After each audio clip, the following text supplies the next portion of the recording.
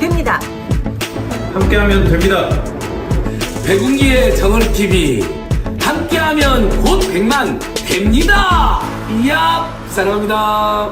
여러분 끝까지 함께 갑시다. 함께하면 됩니다.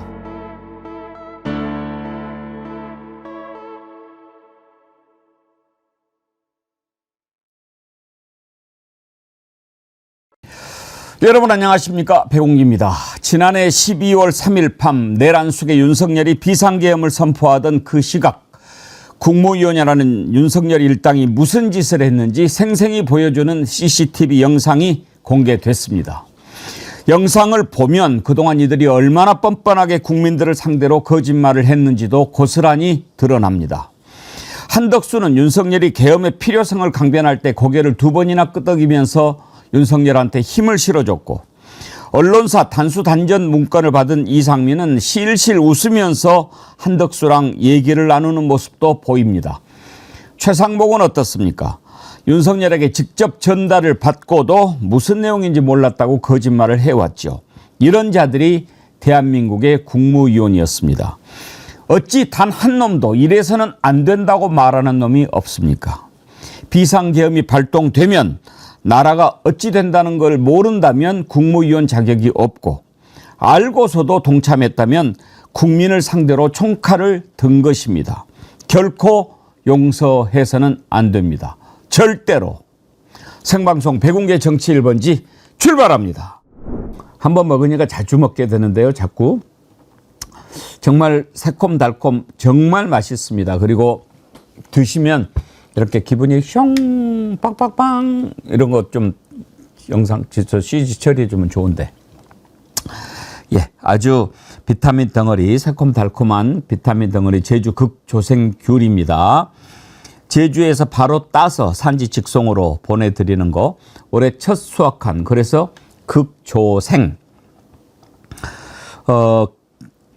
비타민을 약으로 섭취하는 것도 좋지만 제일 좋은 방법은 이렇게 제철에 나온 과일로 우리 몸에 필요한 영양분 보충하는 것이 자연의 섭리에 제일 맞는 거 아니겠습니까? 이 극조생귤은 수확 시기 2주만 되니까 딱 2주 동안만 맛보실 수 있어요. 이번에 5kg 한 박스에 아주 많이 들어있는데 가장 드시기 좋은 로얄과 크기로 선별해가지고 보내드리니까요. 19,900원에 비타민 마음껏 듬뿍 섭취하시기 바랍니다. 지금 가격이 좋아서 그런지 2박스, 3박스씩 구매하시는 분들도 많으신데 잘 하셨습니다. 맛있게 드시기 바랍니다. 가을 하늘 실종 사건이 계속되고 있습니다. 지난 추석 연휴 때도 내내 비가 오고, 또 지난 주말에도 비가 오고, 지금도 흐리고 또 비가 온다는 예보가 있고, 맑은 가을 하늘 본 지가 참 오래됐습니다. 가을을 좀 빼앗긴 기분이 드는데요. 또 이러다가 다음 주에는 기온이 뚝 떨어져서 5도까지 내려간다는 그런 예보가 있습니다. 좀 억울하지요. 이럴 때 건강 잘 챙기시기 바랍니다. 뭐 날씨 그런 걸 우리가 어떻게 하겠습니까? 예, 건강 잘 챙기시기 바랍니다. 오늘 함께 하실 세 분 패널 소개합니다. 김성환 시사평론가님 반갑습니다. 네, 안녕하세요. 추석 잘 쏘셨죠? 네, 푹 쉬었습니다. 푹 쉬셨습니까? 네. 잘하셨습니다.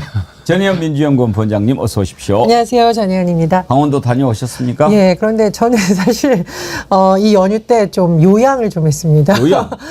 사실은 내란 이후에 제가 쉰 날이 거의 없더라고요. 예. 그래서인지 좀 쉬라는 요구를 몸이 해서 잘 쉬었고요. 많이 회복이 됐습니다. 몸이 쉬라고 하던가요? 난 또 술독을 다스렸다고 그러네.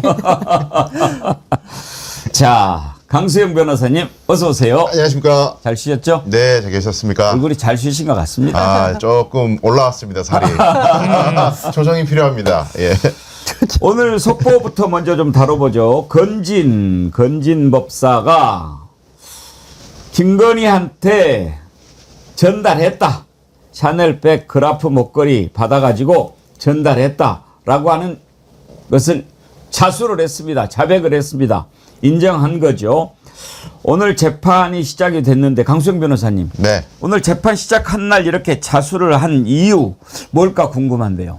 변호인하고 충분히 이제 상의를 했겠죠. 이제 공판이 시작되면 가장 먼저 하는 게 자기 이제 인적사항 이야기하고 주소 확인한 다음에 공소 사실을 인정하는지 의견부터 밝혀야 되거든요. 예. 여기서 만약에 공소 사실을 부인합니다 이렇게 얘기되면은 그때부터 판사님이 변호인에게 그럼 앞으로 어떻게 진행할 거냐, 증인은 누굴 불러야 되며 증거 중에 어떤 거는 채택하고 뭐 부동의하고 이런 걸 막 따지게 되는데 공소 사실을 인정합니다 하면 이 절차가 굉장히 간소화돼요. 예. 증거 다 뭐 동의하고요, 증인 신문 굳이 필요 없고. 다 퍼펙트하게 인정합니다 이래버리면 예. 재판 절차도 굉장히 작아지거든요. 그 기로에서 이제 변호인이 아마 이야기를 했겠죠, 건진에게. 지금 첫 번째 공판 전에 변호인은 기록을 복사를 다 하거든요. 검찰이 법원에 제출한 증거 기록을 다 보고 건진에게 지금 말로 조질 수 있는 사건이 아니에요. 이거 증거들이 충분히 수집돼 있기 때문에 불고 감형 받읍시다. 이렇게 설득한 것 같고, 건진도 낼 놈. 내가 뭐 충성해봤자 뭐해. 그렇죠. 나를 지켜줄 사람 아무도 없는데 나만 감형받으면 돼. 이렇게 돌아선 걸로 생각됩니다. 그래서 이렇게 술술. 자, 그러면 네. 이제 그동안에 이 건진이 말도 안 되는 이유를 댔잖아요. 이 사람은 뭐 우리가 그동안 그걸 아무도 안 믿었지만 다 잃어버렸다고 그랬어요. 네. 이것도 잃어버렸다, 저것도 잃어버렸다. 몇 천만 원 되는 걸 그렇게 쉽게 잃어버렸다는 게 말이 되겠습니까? 그런데 또 믿든 안 믿든 그렇게 얘기를 했잖아요. 그럼 이런 부분에 대한 수사는 이제 어떻게 될까요? 그러니까 이제 이미 수사가 종결돼서 이제 기소가 된 사안이잖아요. 근데 여기 전달책에 대한, 그러니까 건진까지 오는 길에 대한 통로가 아주 명확하게 밝혀진 걸로 보입니다.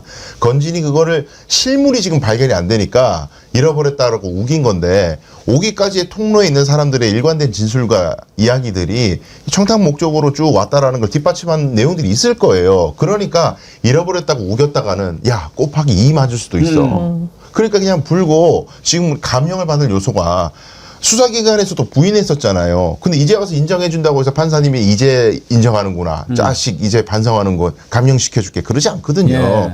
뭔가 이 사회에 뭔가 공익적 차원에서 진실을 규명하는데 도움이 되는 행동을 이제선 나를 하겠다. 그전에는 정권이 뭐 격변기에 있었기 때문에 나 사렸지만은 이제는 국민들을 위해서 내가 진실을 밝히고 국민적 의혹을 해소하는 데 도움이 되도록 하겠습니다라는 태도를 보이면서 나만 살겠다. 예, 요런 전략으로 간 것으로 전 보입니다. 그러면은 이제 판사 입장에서 봤을 때 범행 사실이 넉넉히 인정이 되는데도 전혀 인정하지 않고 개전의 정이 전혀 없으므로 네. 큰 벌을 이렇게 내릴 수도 있는데 네. 지금이라도 깨갱하고 네. 지금 김건희가 기소가 돼 있나요?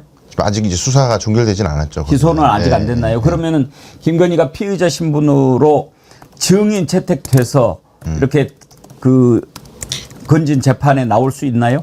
원래는 건진이 다퉜다면 예. 나 이거 안 줬다 김건희에게 다투면은 증인신문 반드시 해야 돼요. 김건희 예. 불러가지고 받았는지 안 받았는지 이게 쟁점이 되겠죠. 근데 자기가 인정을 다 해버리니까 인정을 해버리니까. 증인신문할 필요가 없어졌어요. 그러면 김건희를 기소한 다음에 네. 김건희 재판을 할 때 건진이 증인으로 갈 수는 있나요? 가능성이 있죠. 김건희가 만약에 예를 들어서 부인하면. 김건희 변호인이 부인을 해버리면은 건진의 말이나 이런 것도 인정 못하겠다. 불러가지고 다시 선서시키고 해봐라 라고 할 수 있는데, 근데 법원에서는 결단을 내리는 일이 생기는 것이, 아니 이미 선행 사건에서 형사재판이 상당히 진행이 됐고 증거가 많이 현출이 돼서 김건희에게 간 것이 다른 사건에서 이미 인정이 된 것으로 보인다. 그럼 굳이 증인신문이 필요 있나?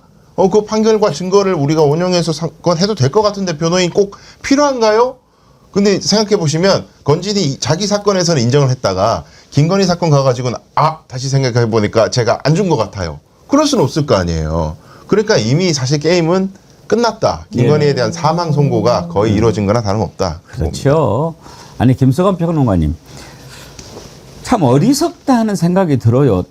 우리말로 흔히 뭐 조사하면 다 나와 그러잖아요. 뭐 이렇게 다 나올 건데 그걸 어떻게 뭐 안 될까 이러고 있던 자들이 많아요. 네, 맞습니다. 저는 건진이 그때 아마 구속 여부 결정될 때였었나요?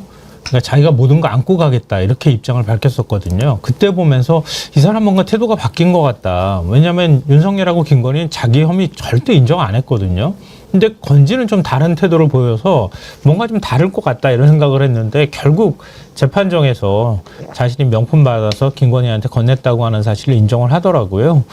근데 이거는 부인하기 굉장히 어려웠을 거예요. 왜냐하면 중간에 전달했다는 사람, 또 이 돈을 줬다고 하는 사람, 그리고 다른 명품으로 바꾸는 과정까지 있었잖아요. 그게 다 기록에 남아있는데 자기가 그걸 다 하고 난 다음에 결국 김건희한테 안 갔다고 하는 것만 지금 부인을 한 상황이기 때문에 결국은 어쩔 수 없이라도 인정할 수밖에 없었다 이렇게 보고요. 근데 그나마 사실 건지는 이런 면에서 오히려 양심적이기까지 해 보여요. 왜냐하면 다른 사람들 다 부인하고 있으니까요. 아까 한덕수 뭐 얘기하셨지만 이상민이나 그다음에 최상목도 그렇고 전부 다 거짓말했다는 거 아니에요? 영상으로 다 지금 확인할 수 있다고 하는 건데 그런 것처럼 관련자들이 전부 다 모르쇠로 일관을 하고 있는 상황이었는데 저는 재판받는 과정에서 하나 두 개씩 이들의 진술이 깨질 거라고 봅니다. 양심이 있다고는 뭐 저는 동의는 안 되고 이제 이렇게 저렇게 변호인들 봤을 때 이건 방법이 없으니 빨리 자수해서 광명 찾자. 그래야 형을 좀 적게 받는다. 그리고 당신이 뭐 직접 먹은 거 없지 않냐? 뭐 이렇게 전달했으니까 그걸 거짓말했다가는 혼나니까 뭐 이렇게 하지 않았겠어요? 제가 보기에는 근데 이제 구속 수사의 영향이 상당히 있다라고 봅니다. 지금 이제 상당히 중요한 인물들 혹시 본인이 백이라고 생각을 했던 뭐 윤석열, 김건희부터 해서 여러 사람들 권성동까지도 구속이 됐고 본인도 구속이 되다 보니 더 이상 거짓말을 해도 빠져나갈 구석이 없다 이렇게 생각이 든 것 같고요.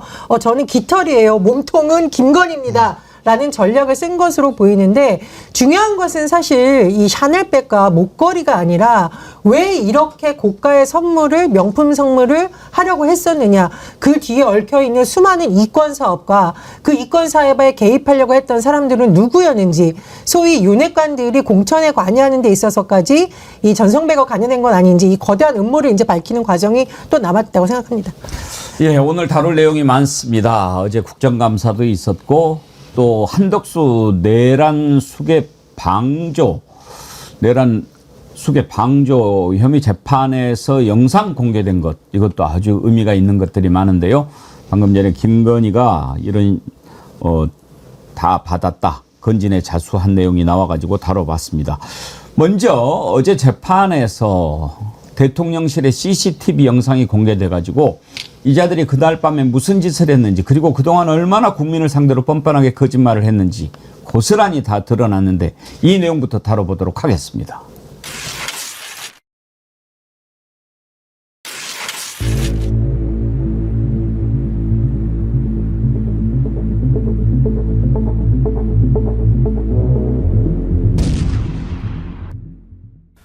피고인이 대접견실 테이블 위에 올려놓은 문건 외에도 피고인이 당시 상의 안주머니에서 또 다른 문건을 꺼내서 보는 모습이 확인됩니다.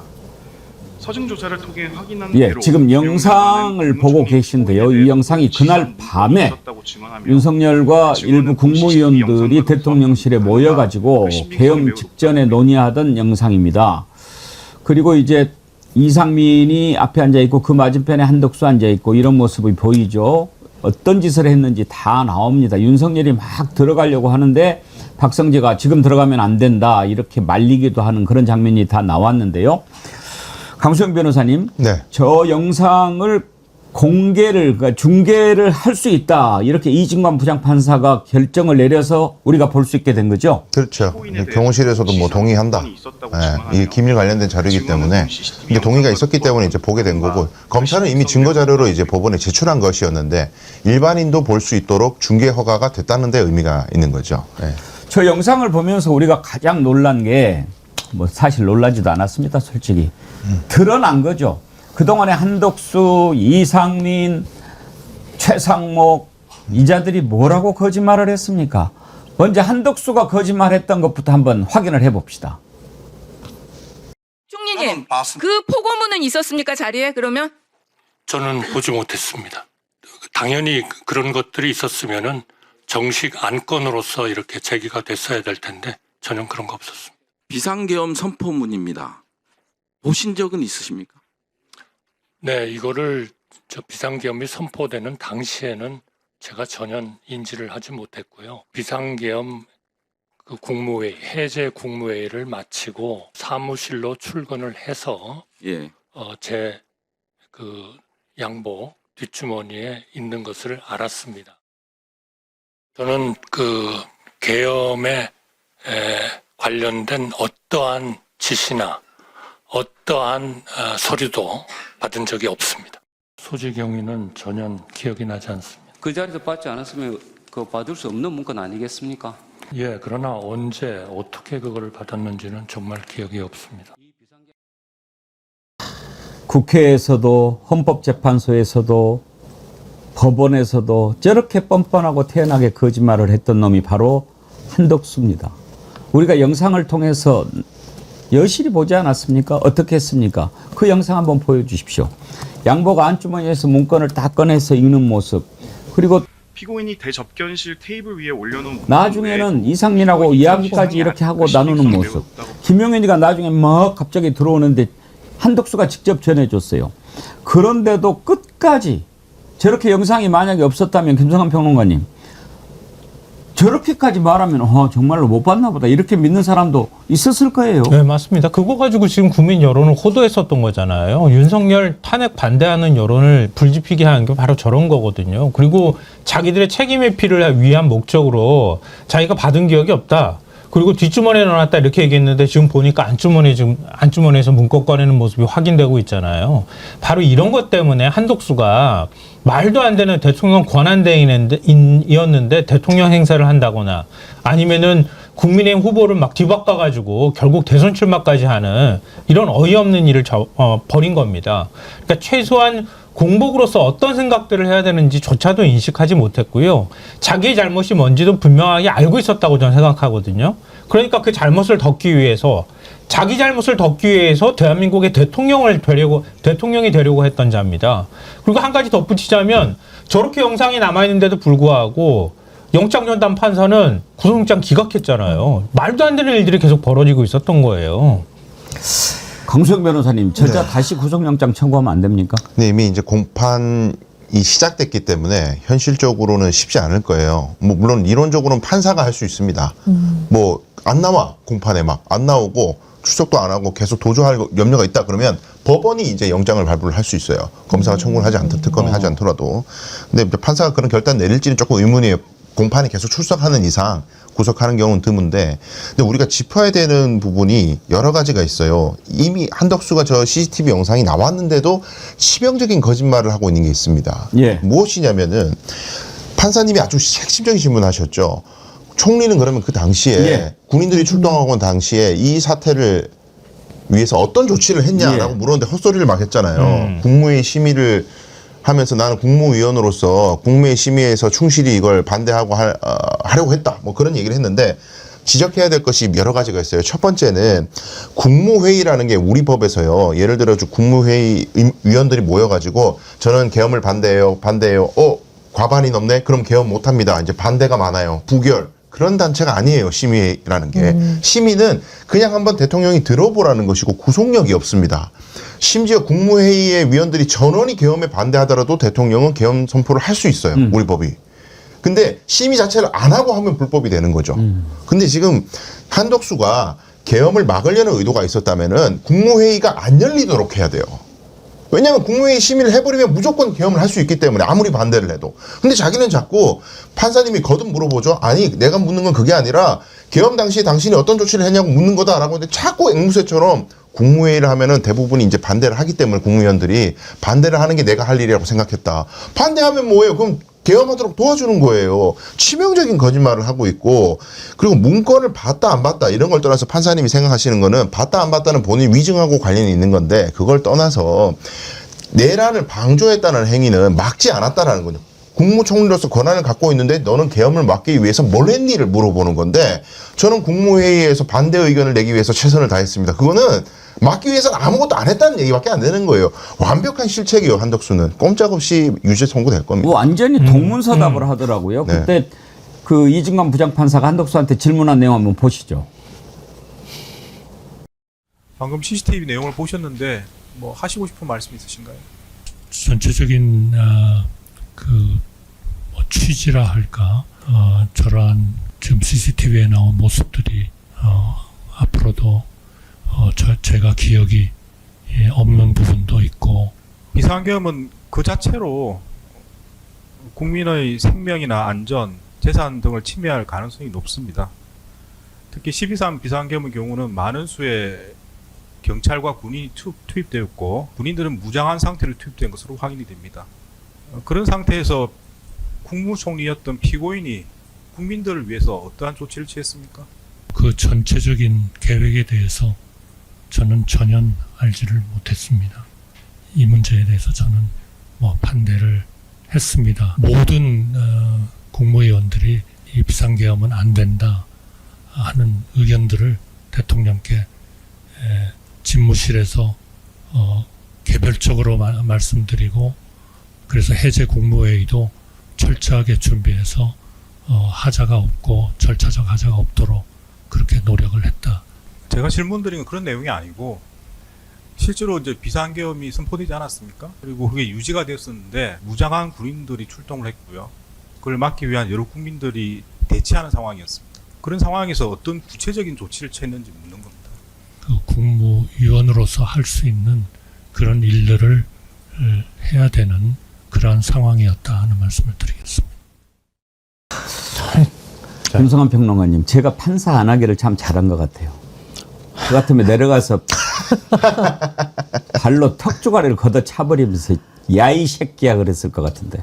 그러니까 사실은 내란 주요 임무 종사자 혐의를 적용했어야 되는 거예요. 전 방조 혐의 적용하면 안 되는 거거든요. 그러니까 말씀하셨던 것처럼 저거 보면서 지금 저희 앞에 패널 3명 다 한숨을 내시는데요.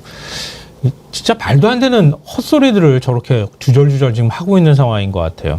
그러니까 지금 아까 영상 나왔을 때 그 영상을 제가 설명드리면 이해하기가 쉬우실 것 같은데요. 회의실에 모여있는 장면이잖아요. 그러니까 대접견실에 모여있는 모습이거든요. 그러니까 그게 윤석열이가 계엄 국무회의 하기 전에 6명을 따로 불렀잖아요. 빨리. 불러가지고 그때 8시 40분쯤 김용영, 한독수, 이상민 해서 6명이 모였다는 거예요. 그때 윤석열이 비상계엄 선포하겠다는 얘기 했거든요. 그리고 난 다음에 오후 9시 10분경에 한독수가 문건 들고 나옵니다.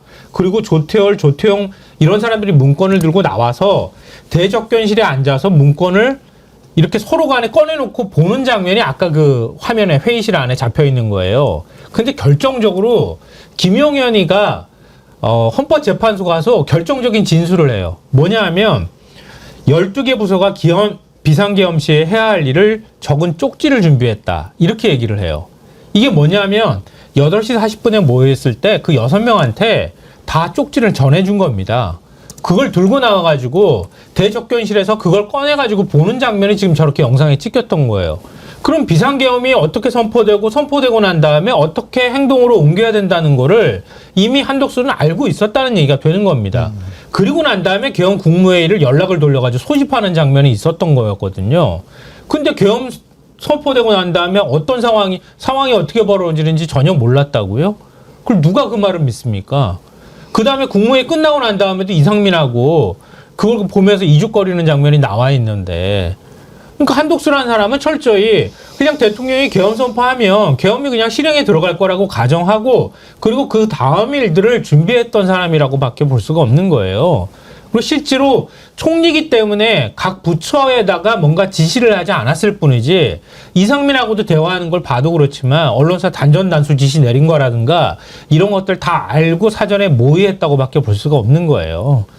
일단은 한덕수 같은 경우에는 국회에서도 거짓말했고 법정에서도 지금 거짓말한 것이 드러나고 있기 때문에 재판부에서 정말 구속을 해야 된다라는 것이 저의 의견이고요. 또 하나, 지금 가만 보면 저는 김성환 평론가님 말씀에 전적으로 동의합니다. 이거는 방조가 아니라 적극적으로 공모의 수준으로 봐야 되는 거 아닌가요? 예를 들면 이상민 당시 행정부 장관 나가려고 하는데 붙잡아서 안고 웃고 이렇게 하는 장면을 보면은 이거는 내란에 대해서 반대하려고 했다라는 본인의 말과 완전히 대치되는 것이고, 오히려 이 상황을 약간 즐기는 듯한 모습입니다. 이게 내란 공범이다. 반드시 발본색원에서 처벌하기 위해서는 구속수사가 불가피하다고 생각을 하고, 오늘 박성재 전 법무부 장관의 구속 여부도 결정이 될 건데 역시 구속해야 된다라고 봅니다. 박성재도 끊임없이 거짓말을 하고 있고, 과거에 삭제했던 문건들 복원한 거 보면 정말 여러 가지 검찰 조직을 동원하려는 거, 출입국 법무부 동원하려고 했던 거, 심지어 교정시설을 통해서 뭔가 특정 정치인과 세력을 수감하려는 거, 여러 가지 의혹이 있습니다. 최근 들어서 일각에서 내란 특검 통해서 다 지금 다 되는 거 아니라고 잘못 생각하시는 것 같은데요. 특검 수사기간 연장해서 수사는 수사대로 진행을 하고 있고, 재판이 진행되는 과정에서 지금 특검에서 제출한 새로운 증거들로 인해서 구속해야 될 사람들은 법원에서 구속을 시켜주셔야 이제까지 수사한 부분에 있어서의 진실이 규명되는데 크게 도움이 될 거라고 봅니다. 정말 꼭 지적해야 되는 중요 포인트가 하나 있습니다. 한덕수 총리가 그 당시에 계엄을 막으려고 했다면 그냥 자기 말 맞다나 사전에는 몰랐는데 그날의 당일이 돼가지고 급하게 알았다고 칩시다. 적어도 국무위원들을 오라고 전화할 때는 알았어요. 적어도 지 주장에 따르더라도. 그럼 자기가 계엄을 막기 위해서 가장 손쉽게 할 수 있는 방법, 장관들한테 전화해서 오지 마세요. 국무회의 하면 안 됩니다 지금. 그렇죠. 막아야 됩니다 이거. 계엄을 못하도록 막으려면 우리가 안 가면 돼요. 오지 마세요. 지도 안 가야지. 연락받지 마세요. 이렇게 얘기를 해야 정상이에요. 근데 김용현이 4개, 손가락 4개, 지금 11명 중에 4명이 모자라다. 이 얘기 듣고 송민영 장관한테 전화해서 어디세요? 빨리 오라고 그랬다는 거 아니에요. 그 자체가 당연히 방조인 거고. 그다음에 두 번째. 자, 무슨 모여가지고 국무회의도 아니에요. 지금 안건도 없고 회의록도 없고 아무것도 없어요. 무슨 동네 반상회처럼 앉았는데 그 뒤에 사인을 하라고, 부서라 그러죠. 법률용어로. 사인을 하라고 한 총리가 권했다는 거예요. 국무위원들한테. 근데 국무위원들이 이거 못한다. 이거 무슨 이게 국무회의냐. 못하겠어요. 근데 한덕수가 뭐라 그래요? 아니 그냥 여기 와가지고 우리가 출석했다 정도만 남기는 의미로 서명하면 되는 거 아닙니까? 아이 뭐 그렇게 심각한 거 아니니까 하세요. 이게 아주 교활한 속임수라는 거예요. 그래놓고 이제 와서 저는 반대를 했습니다. 반대가 아니지 이건. 명백한 처벌 근거가 될 겁니다. 제가 진작에 한덕수 표현한 게 있죠. 상간나고 정말 나쁜 자입니다. 정말 나쁜 자식이에요. 저는 살다 저렇게 나쁜 놈 처음 봤어요. 아주 악한 사람입니다. 아까 제가 턱주가리를 차버리고 싶다고 그랬는데 순미무비님이 표현을 참 잘하셨네. 진짜 싸대기 말이 없네. 그렇게 표현했어야 되는데 순미무비님. 셀리리님이요. 앵커님 이재명 오늘 내란 관련자들 진급 취소하라고 하셨다는데 확인 좀 해주세요. 너무 바라던 소식이라서. 지금 이거 하고 있는데 왜 그 얘기를 저한테 숙제를 시켰었습니까? 아무튼 확인을 해봤는데요. 오늘 이재명 대통령 국무회의에서 그런 얘기를 했네요. 진급 예정자라고 하더라도 내란에 연루가 돼 있거나 혐의가 있는 사실이 밝혀지면 취소하라. 취소하는 거 검토해라. 그렇게 이재명 대통령이 지시를 했고 안규백 장관이 그렇게 하겠다라고 발언을 했네요. 그러니까 사실 내란 끝나고 나서 막 이렇게 승진하고 이런 자들이 있었죠. 그거 안 되잖아요. 그런데 이렇게 취소하라고 했으니까 취소할 수는 있나요? 법적으로? 진급 취소? 할 수 있죠. 얼마든지 인사권이 있는. 예, 법령으로 법률에 따른 판단, 처벌이나 이런 거 없어도 진급 취소는 가능합니까? 그렇죠. 인사권이니까. 다 취소해야죠. 그리고 벌 받게 해야죠. 지금 백혜령 경정 다시 이렇게 수사하도록 했는데 그거 못하게만 막고 그랬던 자가 지금 경무관 달고 승진해 있잖아요. 이 자도 취소시켜야죠. 저 어제 보면서 저놈 승진시키면 안 되는데 그럼 저 취소해야 되는데 다 내란뿐만 아니라 범죄 혐의 또 뭐 외압 행사하고 이런 자들은 정말 철저히 가려내서 취소시키고 벌 받고 그렇게 해야 진짜 대한민국 바로 사는 거 아닙니까? 근데 저는 좀 아쉬워요. 그 부분에 대해서. 그러니까 승진시키지 말았어야지 일단 보류 조치를 취했어야지 맞죠. 왜냐하면 승진하고 난 다음에 그걸 취소하면 또 행정소송을 걸 거란 말이에요. 그러니까 아예 그 사람들은 빼고 승진 대상이라 할지라도 나중에라도 승진시켜 줄게 이러면서 일단은 보류시켜 놨어야 되는데 그냥 일단 승진을 시켜주는 거예요. 이미 다 의혹이 제기가 됐었잖아요. 영등포 소장이 용산을 언급하면서 그 수사하지 말라고 압박을 넣었다고 얘기를 하고 있는 상황인데도 불구하고 그 사람이 대통령실로 영절해서 갔다가 그리고 난 다음에 그 다음에 지금 경무관으로 승진했다는 거 아니에요. 백희룡 경정은 좌천돼가지고 가 있는데 이거 말도 안 되는 일들을 계속 벌이고 있는 건데 그걸 대통령실에서 제대로 통제를 하지 않은 부분들도 다시 점검해 봐야 될 거라고 생각해요. 일단 국정감사에서 여당 의원들도 계속 지적을 하고 있습니다. 이제 황병선 의원도 박정훈 대령 관련해서 의뢰하는 뭐 괴문서 작성했던 걸로 의심을 받는 인물이 대령 진급 대상자에 포함됐다고 지탄을 했고 또 안규백 장관이 그걸 받아서 잘 검토하겠다라고 했으니까 이런 부분 차근차근 진행될 거라고 보고요. 다시 한번 말씀을 드리는데 지금 우리가 내란 재판 과정이라던가 최근에 국정감사에서 보면 아직도 내란 세력들이 승승장구하거나 거짓말했던 것이 다 밝혀진 것은 아닙니다. 그래서 앞으로의 특검 상황이라던가 또 국정감사에 있어서 밝혀져야 될 게 좀 많다는 생각이 듭니다. 최상목, 이상민은 어떻습니까? 최상목도 정말 한덕수 저리 가라죠. 뭐 쪽지 형태로 뭐 받아가지고 뭐 어쨌다고 그렇게 이야기를 했는데 보니까 윤석열 바로 앞에 앉아가지고 이렇게 주던데요. 최상목이 얘기했던 거 먼저 한번 들어보시죠. 그러니까 대통령이 들어가시면서 제 이름을 저를 보시더니 방송에는 소리가 나갑니까? 참고하라고 하면서 하니까 옆에 누군가가 전 잘 모르겠어요. 누군가가 저한테 자료를 하나 줬습니다. 참고하라고 종이를 접은 종이를 주셨습니다. 정확히 말씀드리면 접은 종이를 주셨는데 당시에 저는 그게 무슨 내용인지 모르고 경황이 없어서 주머니에 넣었습니다. 그때쯤에 차관보가 저한테 아까 주신 문건이 있다라고 리마인드 시켜줬습니다. 그래서 그때 확인을 해봤습니다. 네, 그런 상황입니다. 어떤 내용인가요? 그 내용은 이거는 아마 제가 기억하기로는 이 비상계엄 상황에서 재정 자금을 이렇게 유동성 같은 확보를 잘해라 이거 고문정만 기억은 납니다. 그런 한두 개 정도 글씨가 써 있었습니다. 그 영상 혹시 있습니까? 윤석열이 최상목한테 직접 문건을 전달해주는 장면 한번 보여주시죠. 그런데 정말 저자는 또 가증스러운 게 말하면서 본인이 거기에 붙이죠. 정확히 말씀드리자면 그러면서 오히려 자기 말의 신빙성을 더하려고 그런 필요 없는 말까지 붙이면서 거짓말을 하는 거. 정말 나쁜 자식 아닙니까? 최상목 아니 누가 줬는지는 모르지만 전혜원 원장님 윤석열이 바로 앞에서 줬다니까요. 그러니까 이 CCTV 공개라는 것이 굉장히 이 내란 사건의 진실을 밝히는데 중요한 스모킹건이 될 것으로 보입니다. 윤석열이 건네주는 문건 직접 받은 게 그냥 영상으로 온 국민 앞에 공개된 거고요. 더 어이없는 거는 뭐냐. 그 자리에서 그걸 읽는 모습까지 됐어요. 뭔 쪽지 어쩌고 이런 거짓말을 합니까? 그리고 이 거짓말을 한두 번 한 게 아니에요. 국회 기획재정위, 긴급현안질문, 예상연설특별위원회, 국회에서 질문할 때마다 이렇게 거짓말을 상습적으로 했습니다. 그래서 이런 내란 주요 종사자, 공범들에 대해서는 다시 한번 말씀드리는데 구속수사가 불가피하고 최근에 이 법원이 한덕수에 대해서도 구속영장을 기각한 바 있는데 앞으로는 이런 부분을 검토해서 꼭 구속을 시켜서 실체적 진실을 밝히는 데 있어야 되고요.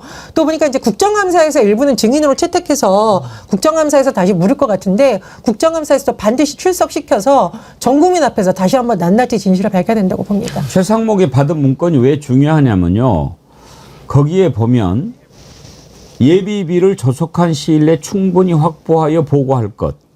국회 관련 각종 보조금, 지원금, 각종 임금 등 현재 운영 중인 자금 포함 완전 차단할 것. 국가 비상 입법기구 관련 예산을 편성할 것. 이렇게 기재부 장관한테 지시한 내용들이 들어있어요. 이 문건이야말로 어떻게 보면 내란 실행의 핵심 조건 아닙니까? 김성환 평론가님. 네, 맞습니다. 저게 윤석열 탄핵도 그렇고요. 내란이라고 하는 게 성립되느냐 안 되느냐에 굉장히 중요한 물증이 될 수 있는 거였거든요. 왜냐하면 마지막에 국가 비상입법기구 관련 예산을 편성하라. 이렇게 돼 있고요. 그 다음에 그 위에 보면은 국회 관련돼 있는 각종 자금을 완전히 차단하라. 이렇게 돼 있는 거거든요. 일종의 비상입법기구를 만들려고 시도했다는 게 보이는 거고 국회 권능을 훼손했다는 게 되는 거거든요. 그러니까 헌법 질서 자체를 무너뜨리려고 하는 국회는 어떤 상황이 있어도 계엄 상황이어도 국회는 돌아가도록 되어 있는 건데 그 의도가 아예 국회를 대체하는 새로운 입법부를 만들려고 했다고 하는 걸 보여주는 거란 말이에요. 그래서 그게 내란 성립 여부에 굉장히 중요한 거다. 핵심 물증이 될 수 있다. 이런 얘기가 나왔던 건데요.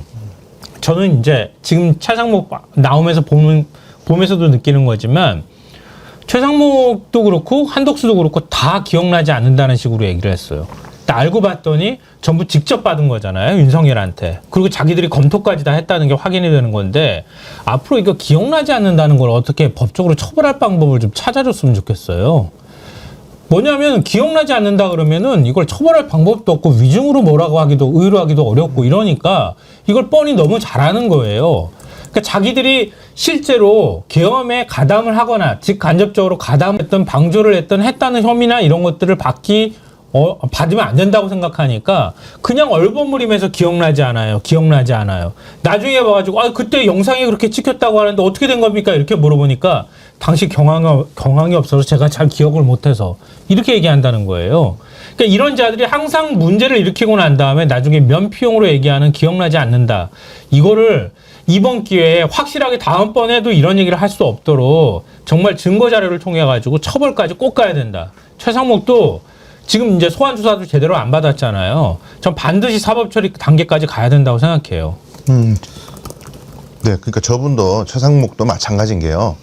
자, 문건을 접힌 채로 받아가지고 펴보지 않고 주머니에 그냥 넣었다. 아, 그랬다 칩시다. 근데 언젠가는 펼쳐봤다는 거 아니에요, 결국 자기도. 근데 봤더니 뭐 예비비를 편성하고 어쩌고 이거 계엄의 내란의 핵심적인 역할을 자기한테 부여하는 내용이란 말이에요.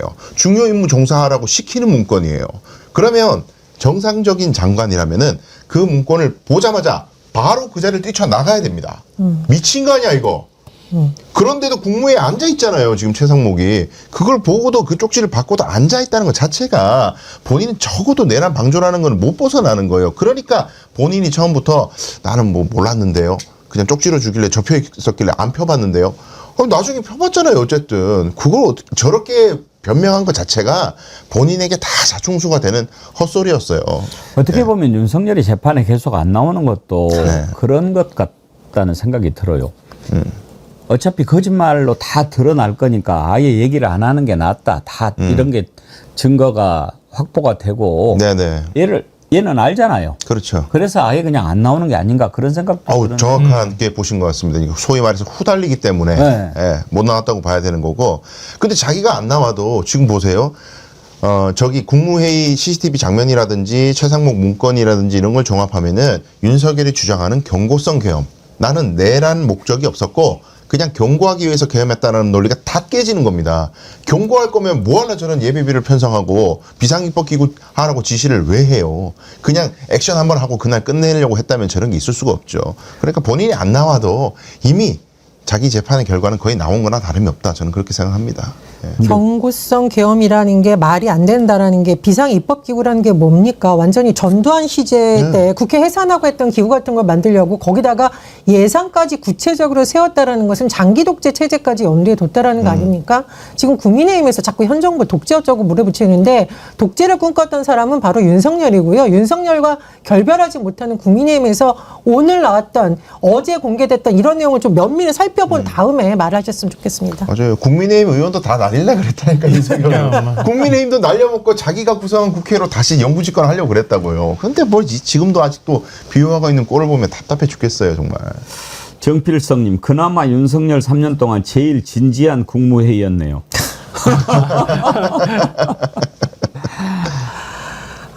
이상민은 어땠습니까?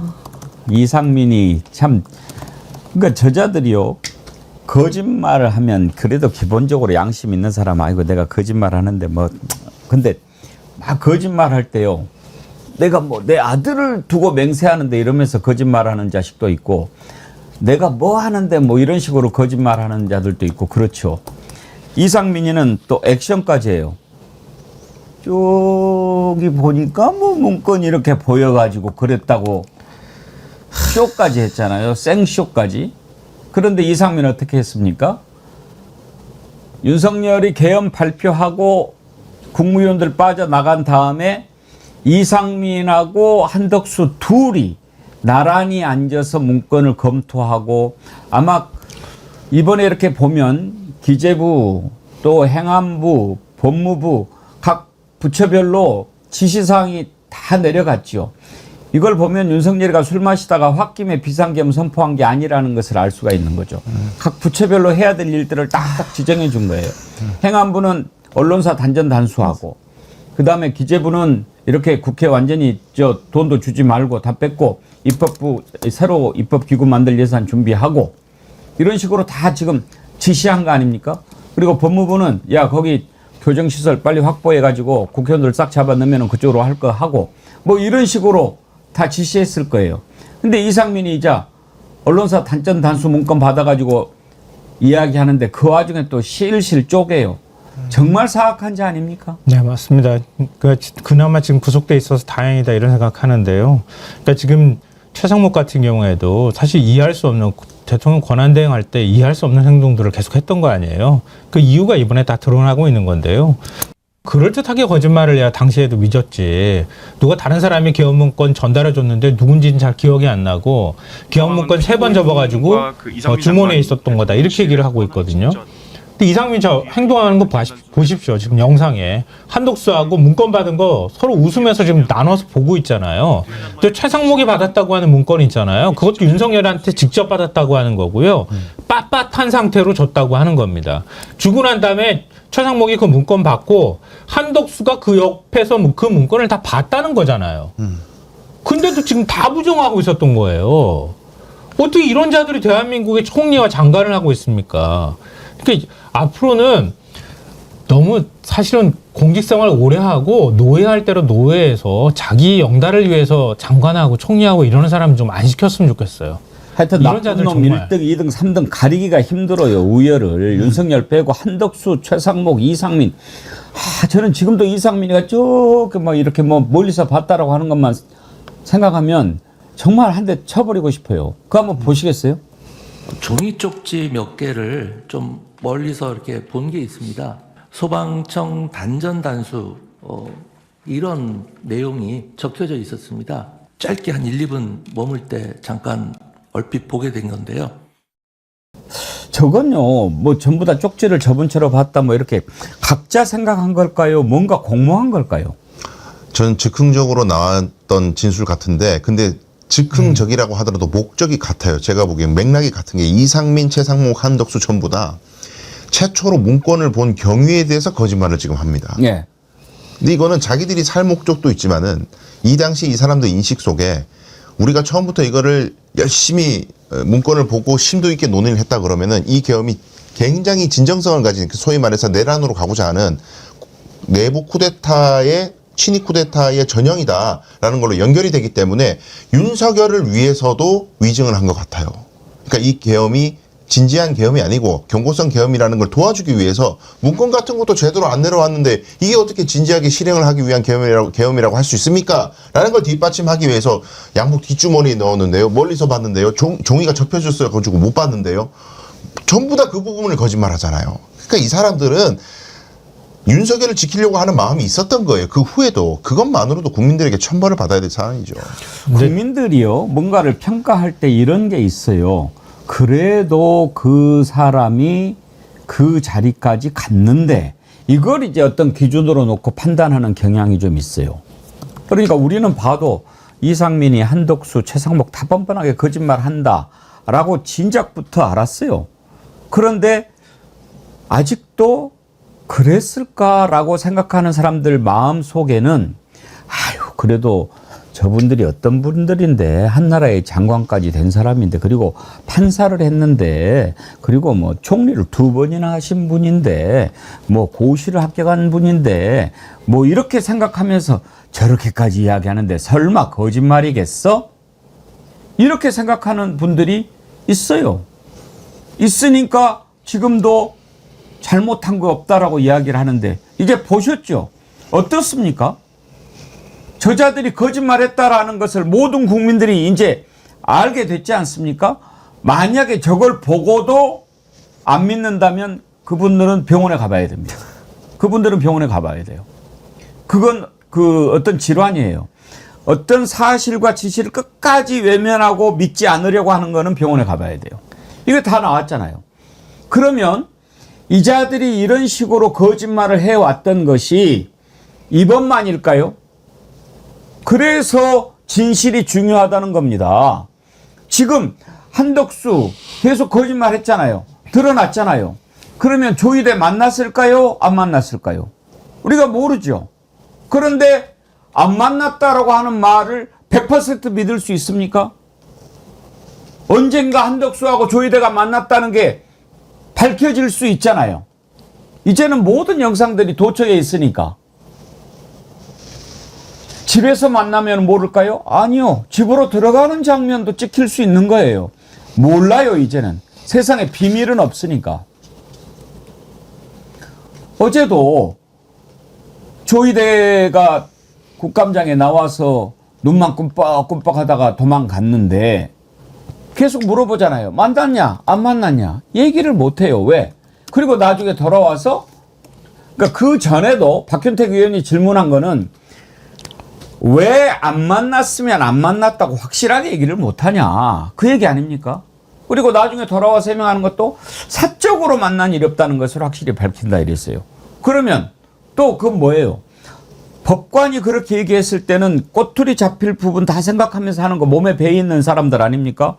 그러면 공적으로는 만날 수 있다 이런 얘기를 한 거 아닙니까? 아예 안 만났다고 했다가는 뒤에 뭐가 나올지 모르니까 이런 식으로 애매하게 얘기하는 거예요. 만난 적은 있기 때문에 어디서 사진이 찍히든 진술이 나오든 만난 적이 있다는 빼박 증거가 나와버리면 본인이 거짓말한 게 되고 그럼 몰리니까 애매하게 얘기하는 거예요.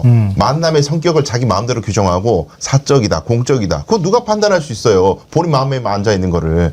그러니까 이건 정말 이게 이 뻔한 거짓말들을 계속 듣고 있는 국민들에게 고문하는 거예요, 진짜. 그러니까 우리가 한번 당해봤기 때문에 이자들 말을 믿을 수가 없는 거예요. 저희도 얘기 한번 들어보시죠.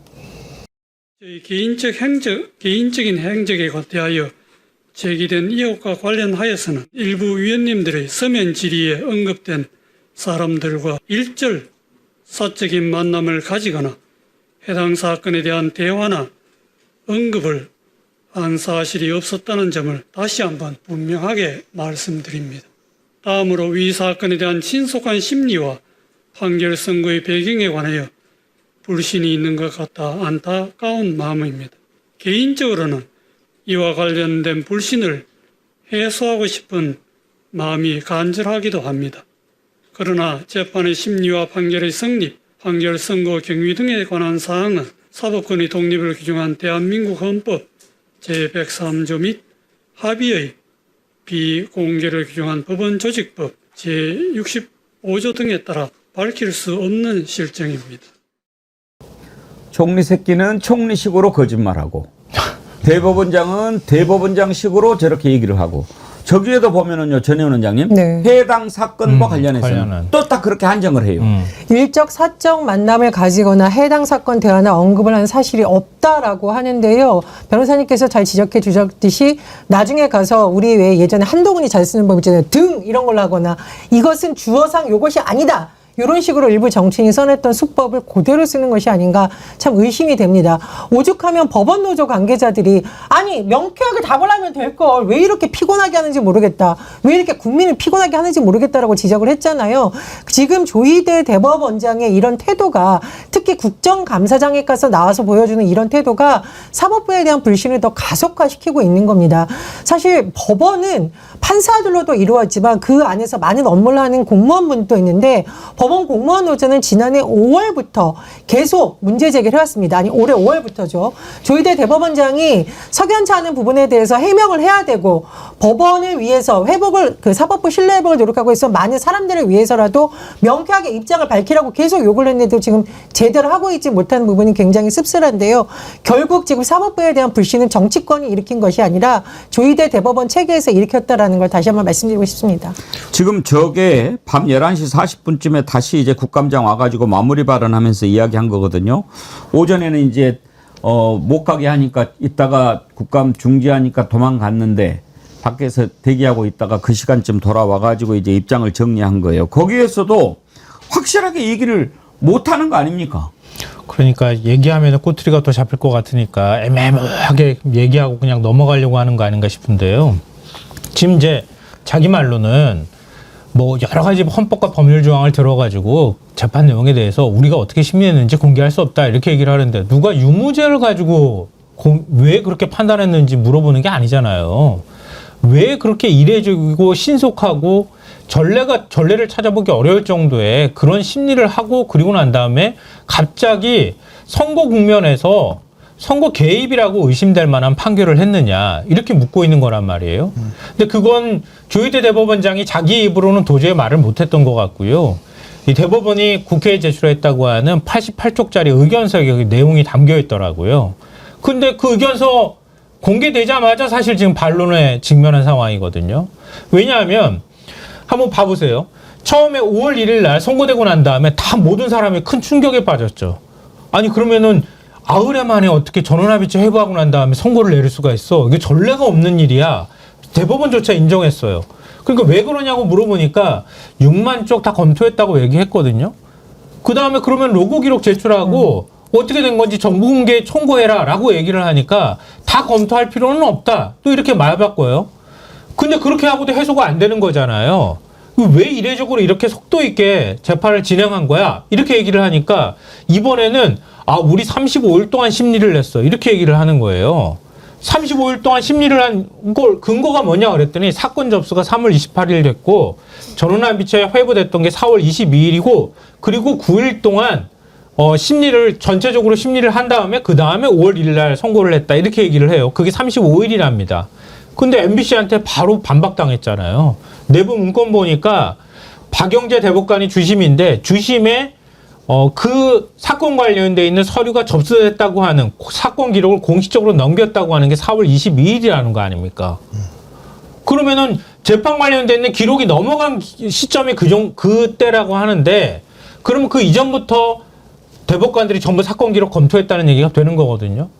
무슨 시간을 거꾸로 사는 사람들입니까? 전원합의체 가지도 않았는데 대법관들이 야 우리 다 들여다봐야 돼. 그러면서 사건들을 다 그 디지털로 전부 다 자료들을 확인했다는 거예요? 도대체 말이 되는 주장을 해야죠. 이래놓고 어떻게 충분한 심리를 했다고 주장을 합니까? 말도 안 되는 주장을 지금 하고 있다고요. 지금 저 자리에서 조희대가 이야기한 게 나중에 사실이 아닌 것으로 드러나도 증인이 아니기 때문에 처벌이 되는 건 아니죠. 그렇죠. 참고인으로서 얘기한 거 인사말이기 때문에 예. 저 자체는 처벌되는 게 아닌데 문제는 본인이 직권남용이나 이제 다른 죄로 구성할 때 큰 예. 도움이 되겠죠. 저런 얘기를 했다는 게. 그리고 구속 사유를 설명할 때 저런 식으로 거짓말을 하는 사람은 증거인멸이 우리가 있다. 그렇게 보고 구속 사유로 넣으면 되는 겁니다. 근데 지금 여러 평론가님이 지적해 주셨던 것을 이어받아서 말씀을 드리자면 제일 참 황당한 것이 자기 사건으로 아직 배당이 되지도 않았는데 판사가 기록을 본다는 건 있을 수가 없는 거예요. 내 사건이 아닐 수 있단 말이에요. 원래 소부 3명 대법관이 심리하는 게 원칙이고 전원 합의체로 넘어가야 그때부터 내 사건이 되는데 대법관 전원이 이게 대법원 합의체로 넘어올지 안 넘어올지도 결정이 안 된 상태에서 내 사건도 아닌데 본다? 말이 안 되고 그다음에 그때 대법원이 선고한 사건이 얼마나 많냐면 엄청나게 많아요. 수십 건이에요. 이 사건만 들여다본 게 아니라 수십 건의 사건들을 판결하고 심리를 했다고요. 그 와중에 어떻게 이걸 자기 사건에 배당되기도 전에 딴 사람한테 갈 수도 있는 사건을 본다는 거예요. 논리적으로 말이 안 되는 것이고 이게 전례가 없다는 점을 자꾸 이제 꽂혀서 얘기하다 보니까 어떤 반격이 자꾸 들어오냐면 아니 전례가 없어도 새롭게 좀 할 수 있는 거 아니냐? 에? 공직선거법 신속하게 판결 내리는 게 중요한 거고 법적 안정성을 위해서 좀 할 수 있는 거 아니냐 이런 논리를 펴는데 전례가 없던 이유는 뭐 관례가 없다 이런 수준의 문제가 아니라 불가능한 일이기 때문에 전례가 없는 거예요. 도저히 할 수가 없는 법률적으로 할 수가 없기 때문에 전례가 그렇죠. 없는 것이지 뭐 그때 동안에는 구태적인 거고 좀 잘못된 행태가 있었는데 이번에 새롭게 좀 빨리 해봤다 절대 그럴 수 없습니다. 그리고 정말 조희대 대법원장이 해명해야 되는 건 대한민국의 어떤 다른 사건 중에 배당이 되지도 않았는데 대법관 전원이 야 우리 사건 정말 중요한 거 하나 넘어왔다. 다 같이 빨리 봅시다. 라고 결정한 사건이 한 건이라도 있는지 좀 묻고 싶어요. 그리고 그 결정은 누가 했냐고요. 자 대법관들이 3-3-5 모여가지고 우리 다 같이 봅시다. 그렇게 합의했을 가능성은 없고 넘어오자마자 자 전부 다 모여. 이거 지금부터 중요하니까 빨리 봐요. 그걸 누가 했겠냐고. 조희대밖에 없잖아요. 대법원장이. 그걸 설명해야죠. 네. 적어도 어제 조희대는 그 부분에 대해서 확실하게 입장을 밝혀야지요. 지금 뭐 한덕수 만났다 안 만났다 이것도 중요하지만 우리는 다 알고 있어요. 왜 그렇게 했는지. 그래서 저는 지금 두 가지가 매우 필요하다고 주장을 했습니다. 어제도. 조희대에 대해서 조희대와 한덕수가 짜고 조희대는 이재명을 날려주고 그리고 한덕수가 국민의힘 후보가 돼가지고 그야말로 무투표에 가까운 선거로 대통령 돼서 윤석열 정권을 연장시키기 위한 음모. 이거 뻔한 거 아닙니까? 매우 쉬운 계산 아니에요? 자기들 생각하기에도 쉽군. 이재명 날리면 바로 되는 거 아니야? 이렇게 생각했을 거 아니에요? 그것을 밝히기 위한 특검 만들어야 된다 이거예요. 근데 지금 이 재판부 가지고는 안 되니까 여기 관련 내란 전담 재판부 만들어야 되는데 지금 조희대만 가지고 저렇게 하기가 쉽지 않으면 가장 급한 건 뭐냐. 조희대를 탄핵해야 된다 이 말입니다. 왜? 이 일을 했는데 지금 영상이 나와서 한덕수 이하 이런 자들이 다 거짓말을 했다는 걸 국민들이 알게 됐는데 일단 말도 안 되는 짓을 하지 않았습니까? 그 수많은 기록을 제대로 보지도 않고 이틀 만에 파기환송시킨 거. 이건 말이 안 되잖아요. 이런 짓을 저지른 자가 대법원장으로 그렇게 앉아 있는데 어떻게 해서 지기현이가 제대로 재판을 하겠습니까? 이걸 가만히 놔뒀다가 나중에 지기현이가 여러 가지 상황을 종합해 본바 윤석열 범죄 사실 인정이 안 되므로 무죄 어떻게 할 겁니까? 나라 뒤집어지면 그냥 뭐 울고 뭐 땅바닥 치면서 시리아 방송되고 할 겁니까? 그런 일이 안 일어나게 해야죠. 그래서 조희대를 탄핵시켜야 된다. 이 말입니다. 어제 장경태 의원이 천대 법원행정처장한테 그것이 바로 이게 문제다라고 정확하게 지적을 해요. 들어보시죠. 혹시 공직선거법상 공직자가 출마할 시 사퇴 시한은 며칠 전 사퇴인지 아십니까? 90일입니다. 90일인가요? 예. 공직선거법에 왜 공직자가 출마할 시에 사퇴 시한을 90일이라고 했을까요? 행정 권력을 활용해서 공정한 민주주의의 전당인 주권자의 시간을 침해하지 않도록 하기 위함 아니겠습니까? 그런 취지로 그런데 지금 대법원이 이 주권자의 시간을 침해했습니다. 이 헌법 68조에 권리 및 자격을 상실할 시에는 60일 이내에 대선을 실시하게 되어 있죠. 예. 그 말은 무슨 의미겠습니까? 입법부, 행정부, 사법부 모두가 다 사실상 헌정질서의 회복을 위해서 노력해야 된다는 의미 아니겠습니까? 그런 취지로 그럼 만약에 입법부가 60일 동안 이렇게 이 대통령 선거를 하게 되어 있는데 모든 공직자는 출마해서 안 된다라고 입법을 했습니다. 만약 그러면 그리고 만약 그 당시 권리된 대통령이 아닌 대통령 직무대행이 총리가 만약에 이 법을 거부권 행사하지 않고 수용한다면 그거는 헌정질서가 회복되는 과정입니까? 아니죠. 예.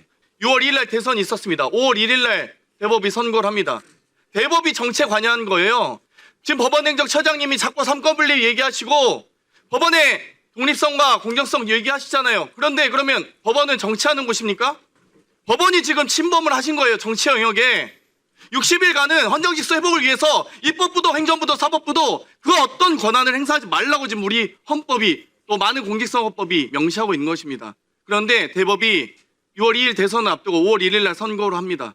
이렇게 빠르게 졸속으로 일주일 만에. 그럼 당연히 정치 행위를 하고 있다고 4월 4일 탄핵 심판 이후에 그 사이 60일 동안은 어떤 기관도 어떤 삼권도 작동해서는 안 되는 것입니다. 이 말이 어려운 얘기입니까?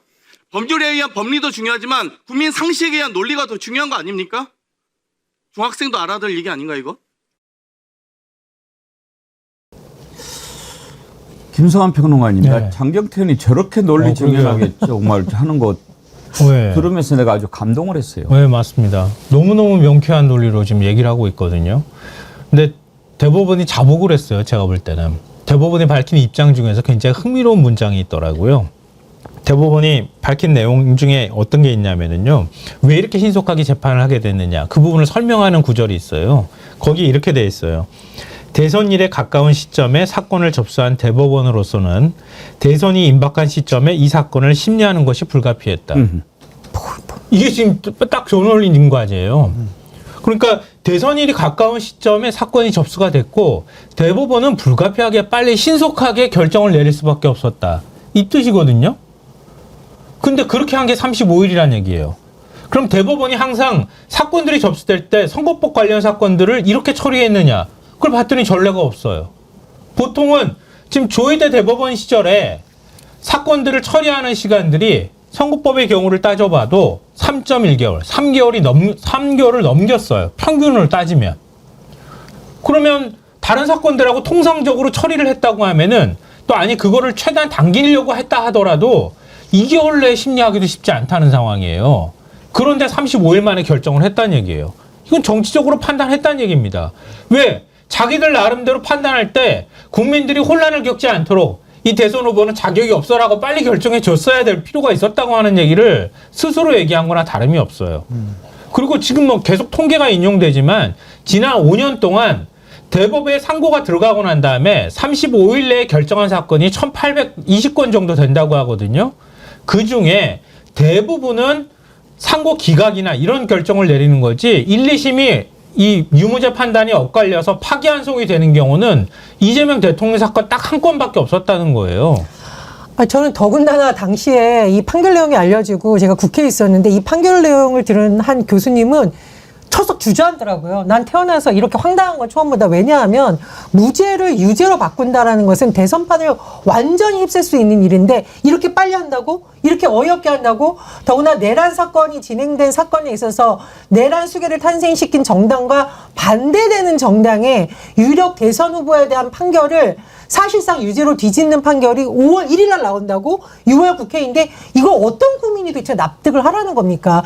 이거는 당시 민주당뿐만 아니라 심지어 보수 성향의 학자들도 이 소식이 들었을 때 저는 그 표정을 잊을 수가 없어요. 너무나 어이없어 하면서 어떤 분은 자리에 털썩 주저하면서 이 표현, 나쁜 땡땡들 저한테 이런 표현을 쓰시더라고요. 우리 헌법을 완전히 바보로 만든 거다, 사법부가. 사법부가 국민 주권위에 군림할 수는 없는 겁니다. 국민이 대통령을 선출하려고 하는 국민 주권이라는 엄정한 가치를 당시 대법원이 가입해서 사실상 대선 판도를 바꾸려고 한다는 것은 대다수 국민이 의심하는 바였고, 그에 대해서 그나마 해명을 하라고 오히려 국회에서 기회를 준 거를 조희대 대법원장이 스스로 걷어차고 오히려 불신을 더 가속시킨 게 바로 국감 현장에서 보여준 모습이었습니다. 그러니까 법원의 그 아까 평론가님 말씀해 주신 그 판결문 논리에 대선에 임박해가지고 사건을 접수했기 때문에 우리가 심리를 신속하게 하지 않을 수 없었다. 불가피했다고 그러는데 가피입니다. 불가피가 아니라. 왜 그러냐면 자, 예를 들어서 이재명 대통령의 그 당시 공직선거법 위반 혐의가 이번 대선의 선거운동 관련해가지고 어떤 허위사실을 공표한 것 때문에 사건화가 돼가지고 재판에 넘어갔다면 자신의 허위사실의 발언 때문에 이 선거에 왜곡된 여론이 형성돼가지고 당선된 가능성이 있다 없다. 이걸 논하는 상황이라면은 대법원의 논리가 맞을지도 몰라요. 근데 이 사건은 지난번 대선에 있었던 사건인 거고 그 대선은 이미 끝나고 종료된 사건이란 말이에요. 근데 이번 대통령 선거를 앞두고 지난번 대선에서의 공직선거법 위반 혐의를 빨리 결정해야 될 하등의 논리적 이유가 없는 거예요. 그 논리적 이유를 대봐라 그러면 하나밖에 없어요. 공직선거법 위반으로 형이 확정되면은 피선거권이 박탈된다. 근데 그거는 이번 선거에서의 위법 행위 때문에 일어나는 일이 아니잖아요. 대법원으로서는 그 시기를 반드시 이번 대선 전에 판결해야 된다는 이유가 없습니다. 논리적으로. 있다면은 반드시 이재명 대통령을 후보집에서 낙마해야 된다는 이해관계 가진 사람이라면 불가피가 맞죠. 못 피하죠. 아니 그리고 어떤 공직자가 그런 공직선거법을 위반해서 당선되었다. 그러면은 뭐 엄히하겠다라는 의지를 밝힌 거라고 해석되는데 더군다나 패배한 사람이었어요. 그렇죠. 그 패배한 사람에 대해서 다시 이렇게 서둘러서 한다는 거 이거 누가 봐도 대선에 개입하는 명백한 의도로 보여요. 그러니까 633 원칙 이런 게 있는 이유가 자 어떤 공직자가 당선이 됐는데 알고 봤더니 당선 무효형에 해당하는 큰 잘못을 저지른 걸로 의심이 돼요. 근데 지금 재판이 계속 길어져요. 근데 이 양반은 계속 공직을 수행하고 있어요. 그럼 이게 당선 무효인 놈이 계속 후작질을 하는 거 아니에요. 이게 국민으로서는 엄청난 해악을 끼치기 때문에 이 불안정한 상황을 법원이 빨리 해결해야 된다고 633 원칙이 있는 겁니다. 근데 이재명 대통령은 당선된 사람이 아니었잖아요. 무슨 해악이 있어요, 국민들한테. 아주 정치적 판단을 했다고 자백하는 거예요. 국힘이 왜 그렇게 조이대를 싸고 도는지 여러분들이 좀 분명히 알으셔야 합니다. 자기들 편이라고 생각해서 그러는 거죠. 그리고 앞으로 선거법 위반이라든지 또 여러 가지 사건이 있을 때 혹시라도 법원이 자기들한테 유리하게 해주지 않을까 하는 기대를 갖고 하는 것 같은데 그것은 매우 의도가 불순한 겁니다. 지금 중요한 것은 선거가 왜 중요합니까? 선거는 국민의 뜻을 묻는 겁니다. 국민은 누굽니까? 주권자입니다. 주권자의 선택보다 중요한 게 어디 있습니까? 대한민국은 주권자인 국민의 것인데 그래서 이제 그 선거를 통해서 권한을 맡기는 거 아닙니까? 그 선거가 눈앞에 다가왔는데 자기들이 이걸 좌지우지 해보겠다고 마음먹었던 거 아닙니까? 국민의 선택에 나쁜 영향을 끼치려고 하는 의도가 분명한 거 이거 범죄 아닙니까? 그래놓고 이제 와서 독립성, 공정성, 사법부 독립 이런 얘기를 한단 말이에요. 그런데 국민의힘이 막 이게 마치 사법부의 독립성을 침해하는 것처럼 이렇게 지저대니까 아까 말씀드렸잖아요. 저놈들이 계속 거짓말하면 그런가 하는 국민들이 있다고. 실제 영상을 보기 전까지는. 진실이 드러나기 전까지는. 그러면 막 사법부 독립이라고 하고 오늘 또 지금 보수 매체들 계속 같이 지저대니까 그런가? 아니 왜 그걸 그렇게 어렵게 생각합니까? 한번 생각해 보시죠. 이재명을 지지하고 지지하지 않고의 문제가 아닙니다. 누군가가 지금 후보가 등록이 됐잖아요. 그리고 그 후보가 지지율이 가장 높아요. 여론조사에서. 그러면 선거를 해서 결정을 하게 해야지 그 전에 그리고 순서도 만약에 쭉쭉 돼가지고 됐다면 몰라요.